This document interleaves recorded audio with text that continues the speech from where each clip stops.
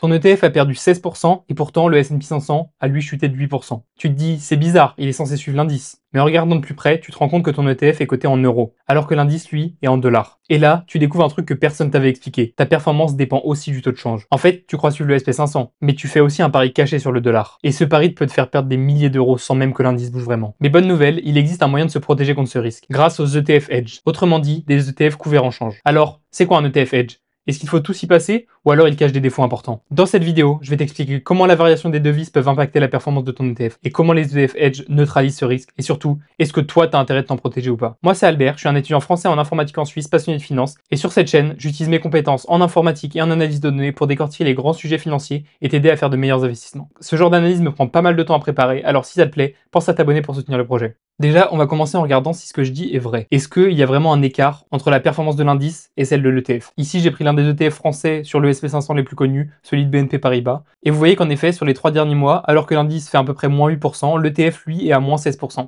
Donc oui, il y a vraiment un gros écart de performance entre l'ETF et l'indice. Et si on regarde maintenant le taux de change entre les euros et le dollar, on voit clairement que sur les 3 derniers mois, l'euro a complètement explosé par rapport au dollar, ou plutôt dans l'autre sens. Le dollar a perdu beaucoup de valeur, notamment à cause des menaces de tarifs douaniers de Trump, et donc à une perte de confiance sur l'économie américaine. Et ça veut dire que quand les Américains se disent « Ok, c'est pas si grave, la chute de 8%, on peut le gérer », nous en Europe, on est à moins 16%. Et c'est une situation un peu plus compliquée, et vous voyez votre portefeuille largement dans le rouge. Alors maintenant, on va répondre à la question, est-ce que ça vaut le coup de se couvrir en change? Mais avant de vouloir acheter un ETF Edge, il faut d'abord qu'on comprenne comment ça marche. Un ETF Edge, il utilise des contrats de change à terme, appelés forward, pour neutraliser l'effet des variations des devises. En gros, ces contrats, ils permettent de se mettre d'accord à l'avance avec une autre partie pour réaliser un échange entre deux monnaies dans le futur à un prix prédéterminé. Et pour notre ETF, chaque mois, l'émetteur va estimer combien de dollars il détient et passer un contrat pour échanger ce montant en dollars contre des euros à un taux fixe dans le futur. Et si le dollar bouge, le contrat compense automatiquement la différence. Donc grâce à ça, tu ne gagnes rien ni ne perds rien à cause du taux de change. Et chaque mois, l'émetteur de l'ETF va faire ce qu'on appelle rouler la couverture. Ça veut dire renouveler ses contrats de change régulièrement pour rester toujours protégé. Maintenant qu'on sait comment marchent ces ETF couverts en change, j'ai essayé de trouver le meilleur du marché. D'après mes recherches, c'est cet ETF d'Amundi. Je vous mets le code easy dans la description si ça vous intéresse. Mais information assez intéressante, c'est que les frais sont seulement de 0,7%. Ce qui est vraiment très faible quand on compare par exemple les ETF non couverts. Les frais les moins chers du marché sont autour de 0,05% et ici on est à 0,07%. La différence est vraiment minime et ça m'a d'ailleurs beaucoup étonné parce que j'ai toujours entendu que les ETF couverts étaient hyper chers. Mais vous verrez que malgré le fait que les frais de gestion soient très faibles, il y a un petit détail caché qui fait que vous allez potentiellement payer beaucoup plus que ça. Donc on a notre ETF Edge et pour l'ETF avec lequel on va le comparer, je suis allé du côté d'Amundi où j'ai trouvé un ETF S&P 500 en euros avec 0,05% de frais. Maintenant on va pouvoir vraiment comparer les deux ETF et voir si c'est intéressant de se couvrir en change. Alors si on regarde sur 3 mois, vous vous rappelez que sur 3 mois, l'euro a largement surperformé le dollar et en effet, on voit qu'ici l'ETF Edge surperforme largement l'ETF de base et c'était un très bon choix sur ces 3 derniers mois d'avoir cet ETF Edge. Maintenant, si on allonge un peu plus la période de détention et qu'on passe de 3 mois à 1 an, vous voyez que là aussi l'ETF Edge est un petit peu mieux, mais on remarque quand même qu'il n'est pas toujours au-dessus et c'est peut-être juste un hasard que sur cette année, il soit au-dessus, mais ce serait potentiellement pas le cas sur le long terme. Et en effet, les craintes que j'avais se confirment. Quand on compare les deux ETF, depuis que l'ETF Edge a été créé en 2013, on voit que là, il n'y a pas photo et l'ETF non couvert surperforme largement avec une performance de presque 400%, alors que l'ETF Edge, lui, il est plus autour des 200-250%. Et la raison principale de cette surperformance, vous l'aurez deviné, c'est le taux de change entre les euros et les dollars. Parce que sur la période mi-2013 à mi-2025, l'euro a perdu 13% par rapport au dollar. Et forcément, c'était pas du tout intéressant de se couvrir contre ce risque de change parce qu'il a été très bénéfique pour les investisseurs européens. Et quand on regarde l'évolution du taux de change entre le dollar et les euros depuis l'introduction de l'euro en 1999, eh bien en 1999, on était à 1 euro pour 1,17 $, alors qu'aujourd'hui on est à 1 euro pour 1,13 $. Le taux de change a quasiment pas changé et c'est à peu près normal. Les États-Unis et l'Europe impriment à peu près autant chacun, les taux d'intérêt dans les deux monnaies sont à peu près équivalents et au final le taux de change a quasiment pas bougé sur plus de 25 ans. Donc en tout cas sur cette période, c'était pas vraiment nécessaire de se couvrir. Et donc quand on investit sur un ETF normal, ça veut dire qu'on parie que les actions américaines vont monter et que le dollar va monter. C'est un pari combiné des deux. Donc la partie sur les actions américaines qui vont monter sur le long terme, je pense que si vous investissez sur le SP500, vous devez être assez convaincu que ça. Maintenant, vous n'êtes peut-être pas sûr que le dollar va monter. Par exemple, est-ce qu'il n'y aurait pas des monnaies sur lesquelles on a plus confiance et on pense qu'elles vont plus monter sur le long terme par rapport au dollar? Et donc, ce hedge dans cette monnaie, ça pourrait être un bon moyen de profiter à la fois de l'augmentation des actions américaines et de la monnaie que vous pensez qui va augmenter sur le long terme. Par exemple, moi j'habite en Suisse et vous avez sûrement déjà entendu dire que le franc suisse c'est une valeur refuge. Si vous ne savez pas ce que c'est une valeur refuge, c'est juste un actif dans lequel les investisseurs se ruent quand ça va mal. Quand les marchés chutent, quand des guerres éclatent ou que l'économie est incertaine, les gens cherchent à protéger leur argent, pas forcément à le faire fructifier. Et une valeur refuge, c'est donc un actif perçu comme sûr, fiable et stable. L'exemple le plus classique d'une valeur refuge, c'est l'or. C'est le roi des valeurs refuges depuis des siècles et des siècles. Chaque pays en a et c'est toujours vu comme très bon d'en avoir sous son matelas ou enterré dans son jardin. On a aussi par exemple dans un autre domaine les obligations d'État américaines. qui sont vus en finance comme étant le produit le plus sûr, et littéralement le rendement qu'il aurait appliqué est appelé le risk-free rate, donc le retour sans risque. Donc les financiers estiment que investir dans les bons du trésor américain, c'est sans risque, donc en effet c'est une valeur refuge. Et en autre valeur refuge, on peut citer le franc suisse, je vous en ai déjà parlé, mais aussi des biens immobiliers dans certaines grandes villes, qui, même si l'économie va très très mal, ne devraient pas perdre de valeur. Et un petit nouveau qui essaie de faire sa place sur la liste, c'est le Bitcoin. Même si l'actif n'est pas encore assez mature et est beaucoup trop volatile pour être considéré comme une valeur refuge, il partage une partie des mécaniques intrinsèques de l'or, et beaucoup pensent que dans le futur, ce sera lui aussi une valeur refuge. Mais attention, une valeur refuge, c'est pas quelque chose qui monte toujours, mais comme quelque chose qui perd rarement beaucoup de valeur en période de crise. Son but, c'est de protéger les investissements, pas forcément de faire exploser ton rendement. Et si on regarde l'évolution du taux de change entre le franc suisse et le dollar, on voit que là, c'est clairement différent de l'euro, où c'était à peu près stable sur la période, même s'il y avait des grosses variations.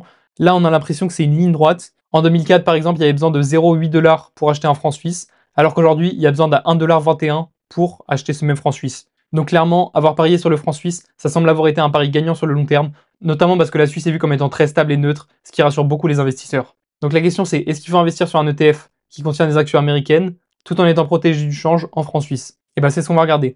Pour ça, j'ai trouvé un ETF encore de chez Amundi. Vous allez penser que je suis sponsorisé, mais pas du tout. C'est juste que les produits de cette gamme qu'ils proposent sont vraiment très peu chers. Et ici aussi, on est à 0,07% de frais, ce qui est vraiment pas cher. Mais là, surprise, alors qu'on pensait que l'ETF couvert en franc suisse allait exploser l'ETF de base, et ben c'est pas du tout le cas. C'est vrai qu'il fait un petit peu mieux que l'ETF couvert en euros, mais il fait quand même beaucoup moins bien par rapport à l'ETF qui n'est pas couvert du tout. Mais pourquoi? Ça fait aucun sens. Les TER sont quasiment identiques, donc ça doit être parce qu'il y a un paramètre qu'on n'a pas encore pris en compte. Et cette raison, qui peut paraître complètement hors sujet et pourtant qui est très liée intrinsèquement à ces ETF Edge, c'est le taux d'intérêt des banques centrales. Je pense que le plus simple pour vous l'expliquer, c'est de vous montrer un petit exemple. Alors imaginons que le taux d'intérêt en Suisse soit de 0%, ça veut dire que vous pouvez emprunter 1000 francs suisses aujourd'hui, les rendre dans un an et ne rien payer entre-temps, et que le taux d'intérêt dans la zone euro soit de 4%. Et supposons que le taux de change aujourd'hui soit de 1 € pour 1 franc suisse. C'est pas vraiment le cas, mais c'est juste pour simplifier l'exemple. Maintenant, imaginez que vous empruntiez 1000 francs en Suisse à 0% d'intérêt. Maintenant que vous avez récupéré ces 1000 francs que vous devrez rendre dans un an, vous allez les convertir en euros. Donc vous passez de 1000 francs à 1000 €. Et maintenant qu'on a ces 1000 €, on va les investir à 4% d'intérêt par an,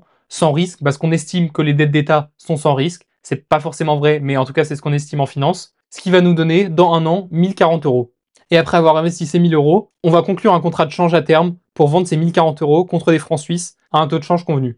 Maintenant, imaginez que ce taux de change, pour faire l'échange dans un an, ce soit le même qu'aujourd'hui, donc 1 € pour un franc. Et bien ça veut dire que dans un an, quand votre investissement de 1000 € vous aura donné 1040 €, et ben vous allez les échanger contre 1040 francs, puis rembourser les 1000 francs que vous aviez empruntés, et après avoir remboursé les 1000 francs empruntés, vous réalisez un profit de 40 francs, théoriquement sans risque. Sauf que d'après la théorie d'efficience des marchés, c'est impossible de réaliser un profit sans risque. Ou alors si c'est possible, cette possibilité va se résorber hyper rapidement parce que tout le monde va essayer de réaliser ce profit sans risque et donc ça va s'équilibrer. Ce qui veut dire que dans notre petit portefeuille, le taux de change final de notre contrat à terme, il ne pourra pas être de 1 € pour un franc suisse. Sinon, il y a une opportunité d'arbitrage. Et pour connaître la valeur du taux de change final, il faut utiliser la formule de la CIRP, qui veut dire Covered Interest Rate Parity, donc la parité de couverture des taux d'intérêt, ça sonne un peu moins bien en français. Et cette formule qui prend comme paramètre le taux de change actuel, le taux d'intérêt en Suisse et le taux d'intérêt dans la zone euro, et donc le taux de change à terme qu'on devrait pouvoir utiliser, c'est 1 € pour 0,96 francs suisses. Et en quoi toute cette histoire que je vous ai racontée est liée à nos ETF Edge? Et bah comme je vous ai dit au début, les ETF Edge, ils utilisent pour se couvrir en change ces contrats de change à terme. Et vous dites peut-être que l'exemple que je vous ai montré ici, avec le taux d'intérêt en Suisse de 0% et en Europe de 4%, c'est assez extrême. Mais pourtant, quand on regarde les chiffres de la BNS, la Banque nationale suisse, actuellement le taux directeur en Suisse est de 0,25%, alors que du côté des États-Unis et de la Fed, on est à 4,5%. Donc c'est même un écart un peu plus grand que ce que je vous ai montré dans l'exemple. Et ce qui fait que si vous investissez dans un ETF Edge en francs suisse, en plus de devoir payer le TER qui est certes très faible de 0,07%, vous allez devoir payer cet écart de 4,25%. Donc à moins que vous pensiez que le franc suisse va prendre au moins 4,25% par rapport au dollar sur l'année, ça vaut pas du tout le coup de prendre un ETF Edge en franc suisse, malgré le fait que sur le long terme, c'est vrai, c'est très probable que le franc suisse gagne par rapport au dollar. Et si vous vous demandez pourquoi sur l'ETF en euros, on voyait beaucoup moins cette différence, c'est juste que les taux d'intérêt aux États-Unis et en Europe sont plus proches, alors qu'en Suisse, c'est vraiment une situation extrême, et la Banque nationale suisse garde volontairement les taux d'intérêt très bas pour stimuler l'économie, et arrive malgré tout à garder l'inflation sous contrôle. Alors est-ce que cette vidéo vous a convaincu à faire all-in sur les ETF Edge parce que vous pensez que le franc suisse va prendre plus 20% par rapport au dollar tous les ans pour les 10 prochaines années? Ou alors vous allez juste garder votre ETF normal parce que vous savez pas dans quelle direction ça va aller? Je vous laisse m'écrire votre avis en commentaire. En tout cas, j'espère que la vidéo vous a plu. Si c'est le cas, abonnez-vous, mettez un pouce bleu et on se retrouve la semaine prochaine. Tu veux savoir pourquoi il ne faut jamais investir le lundi? Alors clique sur cette vidéo pour le savoir. Sinon, abonne-toi!